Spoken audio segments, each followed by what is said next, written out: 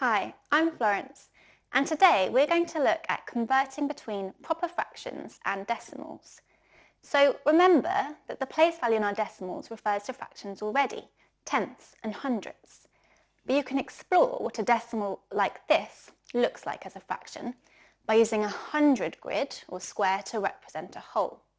So here in my decimal, I have no wholes and 2 tenths. So I'm going to shade in 2 out of the 10 equal parts of my whole.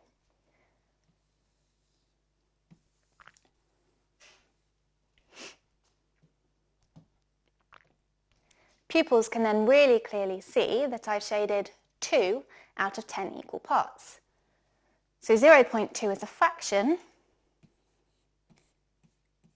is 2 tenths. And if you want to challenge them further, then you could ask them how many hundredths have we shaded in. And they should be able to see we've shaded 10, 20 out of a possible 100. So 2 tenths is the same as 20 hundredths. In this example, we've got tenths and hundredths, but we can use the same strategy. So I'm going to shade 3 tenths. And then I need to shade 6 hundredths. And again, pupils should be able to see that 0.36 is 10, 20, 30, 1, 2, 3, 4, 5, 36 out of 100 equal parts.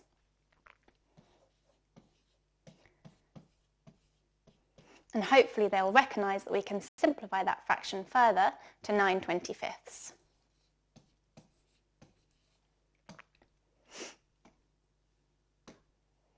So, in this last example, we've got a fraction. We need to express it as a decimal. And I'd start off by asking pupils to consider how we could do this. Is there anything that they've learned before that they could use to help them? Hopefully they'll recognise that our denominator is a factor of 10. So we can convert 3/5 into tenths, which makes it much easier to express as a decimal.